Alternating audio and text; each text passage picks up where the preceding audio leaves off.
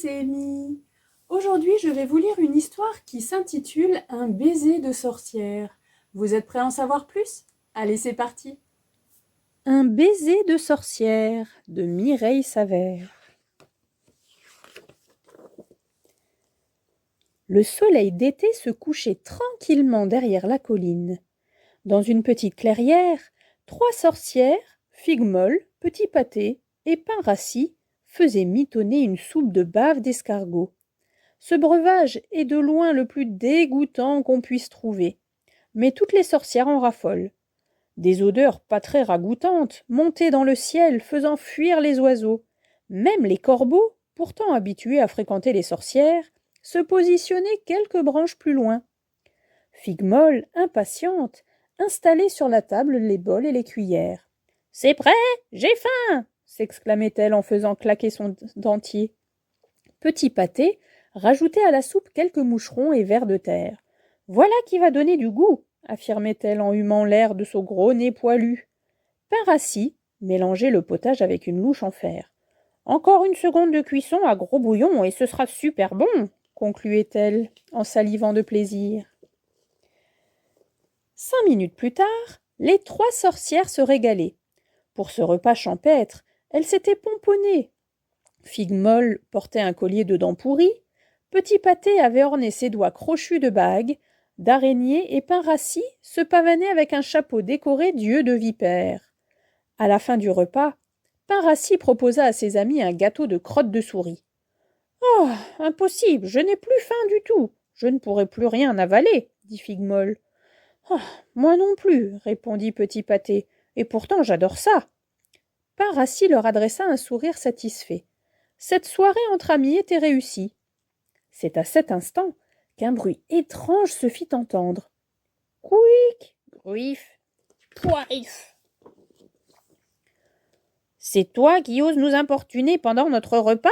s'indignèrent les 3 sorcières qui n'appréciaient pas du tout d'être dérangées. « Toi, un vulgaire crapaud, et moche par-dessus le marché !»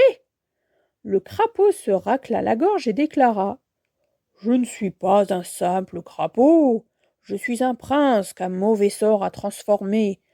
Une de vos collègues s'est vengée parce que j'ai refusé de partager avec elle mon sandwich au jambon, un jour où j'avais grand faim. Depuis, je vis dans cette forêt. » « Malheureusement, dit Pain Rassis, nous ne sommes ni des princesses ni des fées, nous ne pouvons rien pour toi. »« Quel malheur !» gémit le crapaud. « Vous êtes seul venu dans cette clairière, et pourtant j'attends depuis plus de 1000 ans. Ne pouvez-vous pas m'aider juste un tout petit peu ?» Les 3 sorcières se retirèrent pour étudier le problème à l'autre extrémité de la clairière. En vérité, ces 3 sorcières-là n'avaient jamais été très douées. Pour les sorts, bons ou mauvais, elles étaient même complètement nulles. Mais le crapaud attendait. « Une princesse pourrait peut-être le sauver, mais toutes celles que je connais ont trouvé leur prince charmant, dit Figues-Molles. Ce crapaud n'a pas de chance. Il est effectivement impossible de trouver une princesse par les temps qui courent. De plus, aucun breuvage ne saurait lui redonner sa forme humaine, continua Petit Pâté. Il va encore rester ici 1000 ans. « Ayez pitié d'une pauvre créature dans la détresse, insista le crapaud. Pain Rassis ne disait rien. Elle réfléchissait. « Mes amis, dit-elle, enfin, nous devons essayer quelques formules magiques. Je crois me souvenir que si nous les prononçons en passant fortement au souhait de cette malheureuse bestiole, nous avons des chances de réussir. Ce serait très amusant d'essayer. »« Je commence la première, déclara Petit Pâté en se frottant les mains. Petit Pâté s'installa confortablement sur son balai. Elle vola 3 fois autour du crapaud en citant bien fort. « Abanakulikoucha, que ce crapaud fort laid devienne un jeune homme bien fait !» Au milieu d'une fumée grise apparut un camion de pompiers rouge et brillant. Le crapaud, étonné, tenait le volant. « Par toutes les sorcières des ténèbres, je crois avoir mélangé quelques mots, » bafouilla Petit Pâté confuse. Puis ce fut le tour de Figues-Molles. Elle ferma les yeux, claqua dans ses mains, tapa du pied et énonça les mots magiques.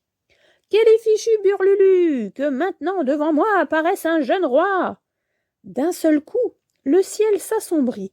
Un bourdonnement terrible se fit entendre. Un éclair zébra le ciel. Dans une lumière intense, surgit du sol une immense statue de marbre du plus mauvais goût. Le crapaud, apeuré, était grimpé dessus. « Par tous les maléfices que je récite depuis des années, je me suis totalement trompé, bégaya Figmol, rouge de honte. Les mauvais essais de ses camarades n'avaient pas découragé Pinrassi. « À mon tour, dit-elle. Nous avons eu un camion de pompiers parce que toi, petit pâté, tu as toujours eu un faible pour les soldats du feu. Toi, Figmol, tu as toujours rêvé d'avoir ta statue sur la place du village, et voilà le résultat. »« À quoi vas-tu penser, toi ?» demandèrent Petit Pâté et Figmol intrigués. « Je vais penser à devenir un prince comme le souhaite le crapaud, c'est tout. » Pinrassi se campa sur ses 2 jambes arquées et mit ses doigts rabougris devant ses yeux. D'une voix forte, elle épela une nouvelle formule magique. « Si c'en est à Bilibololoplouf, que tous les échos nous le rendent jeune et beau !» Le sol trembla, et dans un nuage de poussière, un cavalier barbare, beau il est vrai, arriva au grand galop en hurlant. « Je veux qu'on le trouve, qu'on l'étripe et qu'on l'écrabouille, qu'on l'écartèle, qu'on le hache menu comme chair à pâté. » Paniqué, Pinrassi se dépêcha de redire la formule à l'envers. « Ploufofolala bina ceci !» Aussitôt, le cavalier disparut. « Ouf ! Comment est-ce qu'on va bien pouvoir s'en sortir ?» murmura Pinrassi. Décidément, aider les princes, c'était l'affaire des princesses, mais pas des sorcières. Les 3 sorcières dansaient d'un pied sur l'autre, mal à l'aise. Elles ne savaient que faire. Pour dire la vérité, c'était bien la première fois qu'elles se retrouvaient avec un crapaud sur les bras. Cependant, elle avait une envie folle de lui faire plaisir. « Seul un baiser peut le sauver, » dit Pinrassi désolé. « Le baiser d'une princesse, » précisa Figmol tout aussi déçu que Pinrassi. « Il n'y a pas une seule princesse à des lieues à la ronde, » renchérit tristement Petit Pâté. « Qu'allons-nous faire ?» Le crapaud perdit carrément patience. Il se mit même en colère pour de bon. « Vous êtes sorcière ou pas? Trouvez quelque chose. Un baiser, c'est quand même pas si compliqué. » Le silence se fit dans la clairière. Une seule solution s'offrait au crapaud, mais personne n'osait l'évoquer. Courageusement, Figmol murmura. « Je veux bien l'embrasser, moi. » Le crapaud s'indigna. « Pas question qu'une sorcière l'embrasse. Et puis quoi encore ?» Pinrassi et Petit Pâté se révoltèrent. Si Figmol embrasse un futur prince, pourquoi pas elle ? Cependant, à force de réfléchir, il fut décidé que cette solution était la meilleure. Figmol, la première, s'approcha du crapaud et l'embrassa rapidement. Flop ! Le crapaud se transforma en un lapin vert courant dans tous les sens. La magie ne dura que quelques minutes. Le lapin redevint un crapaud encore plus laid et encore plus triste. La deuxième tentative fut réalisée par Pinrassi. Elle donna un baiser sonore au crapaud. Flop ! Le crapaud prit l'apparence d'un écureuil rose, grimpant dans tous les arbres comme un fou. Encore une fois, la transformation ne dura que quelques instants. Le malheureux crapaud versait de grosses larmes. Petit Pâté voulut y mettre un peu plus de sentiment. Elle ferma les yeux et son baiser fut doux et léger. Flop, c'est un petit cochon tout bleu qui fit son apparition. Il ne bougeait pas, mais souriait bêtement comme s'il attendait qu'on le prenne en photo. Comme précédemment, le crapaud fit heureusement très vite son retour. Les sorcières se sentaient incapables d'enlever un mauvais sort. Le crapaud était inconsolable. Quelle misère! « Vous n'y arriverez jamais, » pleurait le crapaud. « À défaut de princesse, essayez de faire venir une fée. Peut-être que j'aurai plus de chance avec elle. »« Une fée? Quelle horreur !» s'exclama Petit Pâté en s'évanouissant. « Une fée ? nous demander de faire venir une fée. Mais c'est scandaleux, hurla un parrain rouge de colère. Une fée! Seul le plus idiot des crapauds peut avoir une idée pareille, s'indigna Figmol. Malheureux, ignores-tu donc que les fées sont les pires ennemis des sorcières? Le crapaud ne bougeait plus d'un pouce. Il regrettait sincèrement d'avoir mis les sorcières en colère. En bégayant, il s'excusa. Je suis désolé, mes amis, mais comprenez-moi, je voudrais tellement reprendre ma forme humaine. Les sorcières boudaient dans leur coin. Le crapaud retourna tristement dans sa fougère. Plus un bruit ne se faisait entendre dans la clairière. Soudain, Figmol s'écria. « J'ai trouvé! Si l'une après l'autre nos formules magiques n'ont pas de succès, nous allons en dire une toutes ensemble. »« Hurrah! Hurrah! Nous sommes d'accord! Mais laquelle ?» demandèrent Petit Pâté et Pain Rassis. Je ne sais pas, réfléchissons. » Le crapaud venait de faire surface, plein d'espoir. « Vous avez trouvé ?»« Évidemment. Vous nous prenez pour des idiotes ou quoi? On va vous sortir de là les doigts dans le nez, cher petit crapaud. Mes amis, si nous prononcions la formule du meunier farceur, demanda Petit Pâté. Figmol haussa les épaules. Trop compliqué et sans intérêt. Cherchons autre chose. Peut-être la formule du dragon sans feu? Questionna Parinci. Ou celle du lapin rouge jeteur de sorts, tenta Figmol. Aucune des propositions ne fut retenue. Timidement, le crapaud lança. Et si vous récitiez tout simplement la formule du crapaud qui devient prince? Excellente idée! Vous avez entièrement raison! S'exclamèrent joyeusement les trois sorcières. Pourquoi n'y avons-nous pas pensé plus tôt?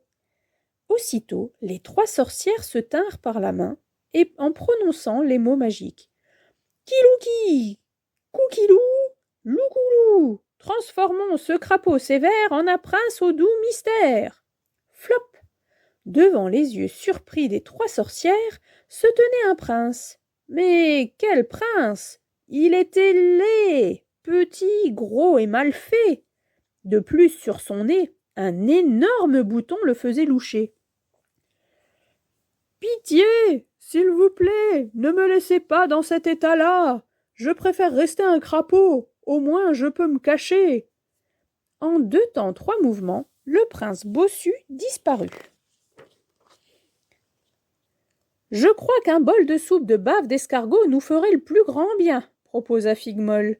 Les émotions, ça creuse. D'un commun accord, les sorcières se précipitèrent sur le chaudron.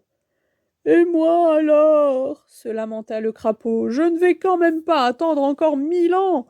J'en ai vraiment marre, moi, d'être aussi affreux. Nous te comprenons, beau prince, mais nous devons reprendre des forces, dit Pain Rassis, entre 2 cuillerées. Nous réfléchirons à ta situation lorsque nos estomacs seront pleins. C'est à cet instant qu'un bruit étrange se fit entendre. Couic, grouif, poif. Les sorcières s'arrêtèrent de parler et se regardèrent en fronçant les sourcils. C'est ton ventre qui fait un tel bruit? Demanda Petit Pâté à Figmol. Pas du tout, c'est le sien, répondit Figmol en désignant Pain Rassis. Mais non, c'est lui qui trouble notre repas, dit Pain Rassis en montrant le crapaud. Je ne suis pas coupable, riposta le crapaud. Je n'ai pas bougé d'un pouce. Il me semble que ce bruit vient de là, dit Petit Pâté en indiquant le pied d'un grand chêne. Était-ce possible qu'on puisse les déranger une seconde fois? Les 3 sorcières, suivies du crapaud, s'approchèrent de l'endroit suspect. Effectivement, là, sous une fougère, se tenait une jolie petite grenouille verte avec de longues jambes fuselées. Ses longs cils noirs battaient comme des ailes de papillon. Sur sa tête était posée une couronne d'or et de pierres précieuses. « Ayez pitié, dit la grenouille, ôtez de moi ce sortilège qui m'afflige. En réalité, je suis une malheureuse princesse que seul le baiser d'un prince peut sauver. »« Mais nous n'avons pas de prince sous la main, s'écria Figmol, seulement un crapaud. » Le regard des 3 sorcières se posa sur le crapaud. Il était devenu tout rouge de confusion. Ses yeux brillaient d'amour pour la petite grenouille. Quelques secondes plus tard, les 2 petites bêtes échangèrent un doux baiser. Le mauvais sort fut instantanément défait. « Merveilleux !» s'écrièrent les sorcières. Un prince beau comme un dieu grec embrassait la plus ravissante des princesses. Comme dans toutes les belles histoires, le prince emmena sa bien-aimée sur un cheval blanc. Puis le prince et la princesse se marièrent et eurent beaucoup d'enfants. Depuis ce jour, dans la petite clairière, 3 sorcières dégustent une bonne soupe de bave d'escargot en se racontant des histoires de princes, de princesses et d'amour. Mais surtout, elles espèrent ne plus être dérangées par un bruit étrange. Et voilà les loulous, j'espère que cette histoire vous a plu et que vous aussi un jour vous trouverez votre prince ou votre princesse. En attendant, je vous retrouve très bientôt pour de nouvelles aventures.